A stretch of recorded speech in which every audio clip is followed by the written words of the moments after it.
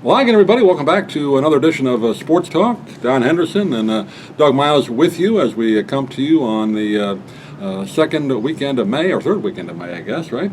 As we move through the early summer season here. And I guess the big story this week, everybody's been talking about it. A guy that you knew quite well, Don, Pete Rose, back in the news, huh? Yeah, I tell you, it's very interesting. Most of the major columnists, as you well know, Nightingale and so forth, they're really not in favor of what the commissioner did. And everybody knows that when you walked into a locker room in Major League Baseball, there was a sign there, you couldn't miss it, no gambling. Of course, the commissioner has relaxed that in the fact that they're gambling for everything now, Right. except the players aren't supposed to gamble. But now that we've got a player that has gambled and has been known to have gambled, and it's all set, and they, relented and decided to let him be at least nominated for the Hall of Fame. Doesn't mean anything close that he's going to get into the Hall of Fame. No. 2.5 years before this committee meets, December of 2027. A lot can happen in 2.5 years. So, I mean, people forget about it and then they'll dig it up again when that committee meets. But even when they meet, they decide if it goes on the ballot. Doesn't necessarily mean it's going to go on the next ballot in January, does it? No, and a lot of the people that are on the Veterans Committee are not in favor of Pete getting into the Hall of Fame. So that's another obstacle. Plus, as I say, they've made it so it's not, this is not a sure thing. No. They're saying now that for the most part, they're talking maybe 10% chance of him getting in because of the people that don't really want Pete Rose in the Hall of Fame, and the Hall of Fame itself, the museum itself, doesn't really want Pete Rose in the Hall of Fame. Yeah, I think even if they did put him on 2.5 years, whatever group votes on it, I don't think it's the same group that would vote on it. Maybe it will, but they're not going to put him in the first ballot anyway. Just to make a point. And then it'll be another at least 2 years before they vote again, right? It's not every year in that committee. No, but the thing that surprised me was I did not realize that most of the columnists are 100% opposed to what the commissioner's done. Not only Pete Rose, but all the way down the line to all the other people. Yeah, they let it, Shoeless Joe Jackson, and about 15 other players. Exactly. Back in the early part of the 1900s. They're just not happy with, the commissioner's decision. Now, let me put it this way. I think it's strictly, this weekend is Pete Rose weekend in Cincinnati. Right. And I think the commissioner is really just trying to do a public relations job for baseball. That's what I think. I think he realizes the difficulty Pete's going to have still getting in, but he did what he could do, and now he can wash his hands of it. Exactly. Yeah, not in his office anymore. Yeah. Would you vote for him if you were on the committee? Probably not. Yeah, I would not vote for him either. At least not the first ballot. At least send a message. You can't be a first ballot. No, I definitely would not be a voter that would be in favor. To me, what he did was, it's the one rule that you can't break. Exactly. There's other things ball players have done that have been, pretty bad, I guess, but it has nothing to do with baseball. Yeah. But there's the one rule he broke, right? Yeah. And if same thing you with let him in now, then what's the point of having that sign on the wall? Yes, and as you said, same thing with Shoeless Joe Jackson. What he did was fix games. Now, what else, but what can you the old say? 1919 White Sox through the World Series. Yeah. Right. Now, some people say, well, you hit 357 in the series. How can you throw it when you bat that well? We don't know. He wasn't a bright man. They said he couldn't read or write. Yeah. He may not have known what was going on, but he was on that team. Yeah. So. Yeah. So anyway, I just they've let him in, they opened the door that he could get in. I don't think it's going to be successful. I don't think you and I are going to. Well, I wouldn't say you, but I don't think we're going to see him get in. Hopefully we'll both be around to find out. But I mean, to me, it never was one of those things, I was adamant that he had to be in or adamant that he didn't. If he gets in, fine. It's just a museum. Yeah. But if you're going to have a standard, and that's basically the only standard left in sports, the gambling rule in baseball, and you break that, what's left? Nothing. Nothing. So it's and he's in the Hall of Fame. He's even said himself, most of his artifacts are in there. The hit record ball, the bat, I'm sure. A lot of memorabilia. He's in the Hall of Fame. Right. He just doesn't have a plaque. Yeah. And if you do talk about Pete Rose, I mean, no question that he was in a class by himself. Yeah. Number of hits, number of plate appearances, all the things that he did that were record setters in Major League Baseball and the National League, certainly deserves to be in the Hall of Fame. But, and that's a big but, when you gamble in games, and now, originally I thought he just gambled, but now they're saying he gambled on 2 games that he managed. Right. As well as other games. Possibly when he played. He was a player manager right, for a while. as well as other games. Yeah. I mean, you can't have that, in my view. And I agree with some of the writers. And you knew him pretty well. I mean, you talked to him not too long ago. You met him out in Las Vegas. Yeah, I was in Vegas You 2 years ago. Fascinating guy, but, a complicated guy. Very, very, very, very talented. Very, very talented individual. And I never met a guy. But very stubborn. Yeah. Never met a guy that was so dedicated to playing. First guy in the ballpark, 11 o'clock in the morning. If it was a 6 o'clock game at night, everything he did was focused on being the best baseball player that he could be. Never gave up a single at bat that I saw. He was in a class by himself. Yeah. But, always that but. I can't vote for somebody, well, not that I am a voter, but if I were, I can't vote for somebody that broke the rules. No. And he made his own, trouble for himself. Right. He could have said, as soon as Giamatti did that, admitted to it, he probably would have been in the Hall of Fame by now. Maybe. 37 years ago now. Yeah. Whatever. Well, 36 years ago. He got banned. A lot of the dopers aren't in. And Right. Now some are. Then they're saying, well, the ones that are question marks. Well, maybe they are, but they're in. But the ones that were But they were on the ballot, though. Right. They had a shot. Right. The serious ones that were dopers are not in. Right. A-Rod may never get in. I don't think he's getting in. I don't think Bonds is getting in. I don't think Cummings Bonds is is getting another. in. Yeah. So I don't think that's going to happen.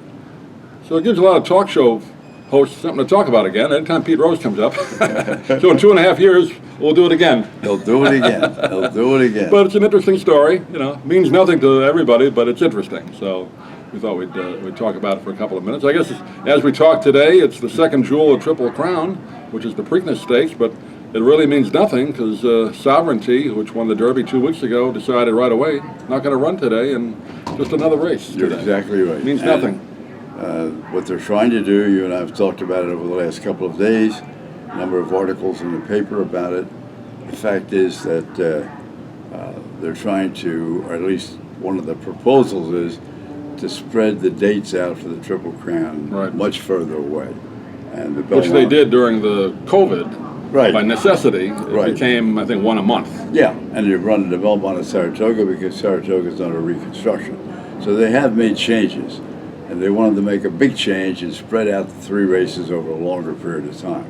Whether they'll do it or not. Now, my information is this, that from our good friend in the Baltimore area, who's a PGA professional golfer, but a big golf fan, but also a big baseball fan and a big horse racing fan. And he said that they are going to demolish Pimlico and build a new Pimlico. As you indicated, we were having breakfast this morning, not in a great location. So are they going to rebuild, or they're going to knock it down and rebuild and keep it there, and then reconfigure the racing? I don't know, but those are some of the things. There's another track nearby. I think they ran it at that track a couple of years ago. So why would you build another track that close? A brand new one. I think from a heritage standpoint, they want to keep Pimlico alive. Pimlico alive. Yeah. But again, the race means nothing as far as Triple Crown goes. It's a nice race, big purse. Means a lot to but it has no Baffert. Means a lot to Baffert. Baffert's got another one in there, right? Yeah, he's got a horse. Yeah, the horse is, I think, 12-1 when I looked this morning in the paper. The horse is 12-1, but it should be a very, very good race. There are 3 horses that are in great contention. Right. And the great thing about going in the Preakness is you get much better post position. There's only 9 going. Yeah, only 9 horses going. Whereas you go in the Derby, they stick you out in 20. You could be up to 20, right? Yeah. Or you're 20 and 1, I guess, are the 2 ones you don't want to get. No. But that can't happen at the Preakness, and it's a shorter race. And I think that's one of the reasons that the horse that won the Derby isn't going to, because he's a come from behind horse. Right. and you're talking about much closer turns than you have in a Tighter Kentucky track, Derby, right. much tighter. And I don't think that they thought he could come. First of all, that they wanted to give him more rest, but on top of that, they didn't think he could come from back, clear the field, and win the race. That's only my opinion.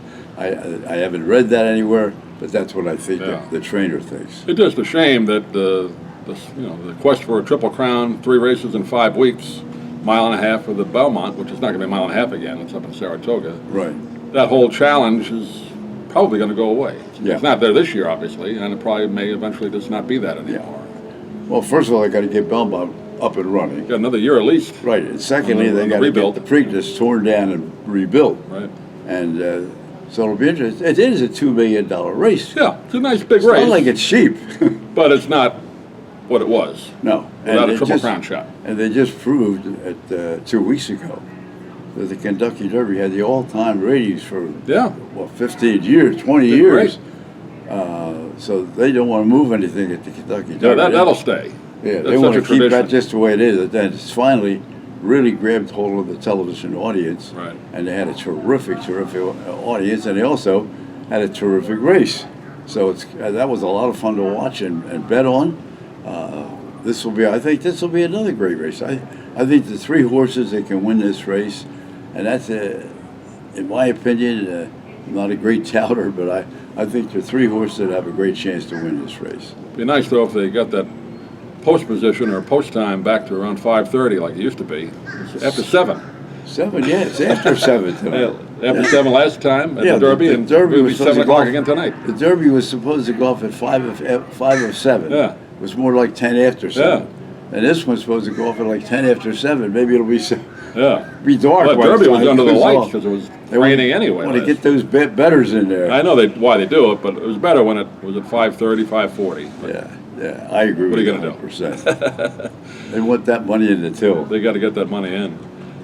Rays, like we talk about, the stadium issue, not much news has happened since we did our last one here. I know you guys talk about it on the Wednesday show. I know Frank has some insight into the political goings-on there, but not a lot really going on either in Tampa or St. Pete the last month. Kind of everything's in limbo. Now, Orlando is making a big lot of noise, though. Orlando was already set aside. Unfortunately, Pat Williams died. Right. He was really the spearhead. He was the spearhead to bring the Magic into Orlando. He was the spearhead to bring baseball into Orlando. Unfortunately, Pat passed away. Now Barry Larkin seems to be the guy pushing it. Before he passed away, he got all the ground committed. He got the architectural drawings for the stadium, so they know exactly what the stadium's going to cost. They know exactly what the location is. They know exactly what the access roads and they're going to be all set to go. So really, Tampa is ready to move. They can do it right away. Now, And they got money committed, apparently. And they got a lot of money committed. Yeah.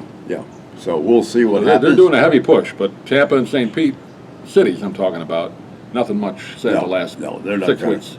I don't see, unfortunately, St. Pete has 2 years left on the lease. They've got this year, Right. and then they have the alternate year after that. Right. So before, and then At least 2, maybe 3, depending on that and delay. actually, Orlando would need 3 years to build the stadium. Right. So They could play over there. Right. They got And the they're Disney gonna- complex. They could play. And the city of Sarasota or St. Petersburg has already allocated the money to fix the stadium. Just the roof, though, so far. Yeah. Not the internal yet. Yeah. Well, they got $29 million committed. That's for the roof, And they're right? waiting now for the FEMA to come in with some money. Right. And then we'll see what happens Yeah. after that. So, Rays in the meantime, not doing great, about 4 games under 500 as we talk today, 6 games back in the East. So, although the fans seem to be turning out at Steinbrenner, from what I've seen or read, I guess they're drawing, Well, they draw the really 11,000 seats are filling up, right? Yeah, they reach 11,000 plus. And they do well when the Yankees are there, or the Red Sox are there. And they also stagger the price of the tickets. Right. So Premium if, pricing.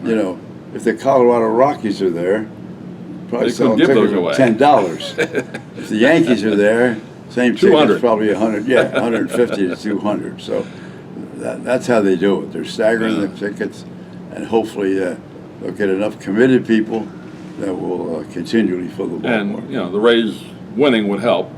Yes. Last year was an off year after several good years in a row. Yes. Right now it's kind of iffy, a little under 500. So we'll see how they do. But we'll kind of wrap it up. I don't know if you have any thoughts on this whole Belichek UNC. I know you have a connection to UNC a little bit, right? With the family member. What's going on there with the 24-year-old? Is that going to happen? Is he going to coach? The kids all, they follow it pretty closely. I don't know.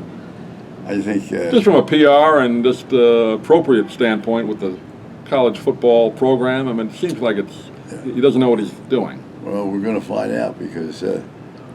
so far, the University of North Carolina, they're standing by him. It was an erroneous rumor that he wasn't going to be able to use the facilities for certain things.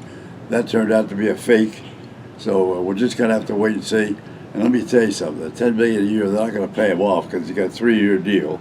And the other thing is, there is a buyout, I understand, June 1st. $1 million. Yeah, there is a buyout, but that's another $10 million. So we're going to have to wait and see what happens on that score. But I think he's going to coach at North Carolina. I may be wrong, but I think he's going to follow through and honor the contract, and I think they're going to honor the contract. Now, if he loses, that's a different story. If they go like 4-8 or something like that. If he's not successful, that'll be another story. I'm just getting tired of seeing in the New York Post every day stories about it. Post has got to do something. I know why they do it, but it's all these stories that have nothing to do with sports, about girlfriends, fiancés, everything. And that's in there every day. Belichick, Jordan Hudson. That's the story of their paper.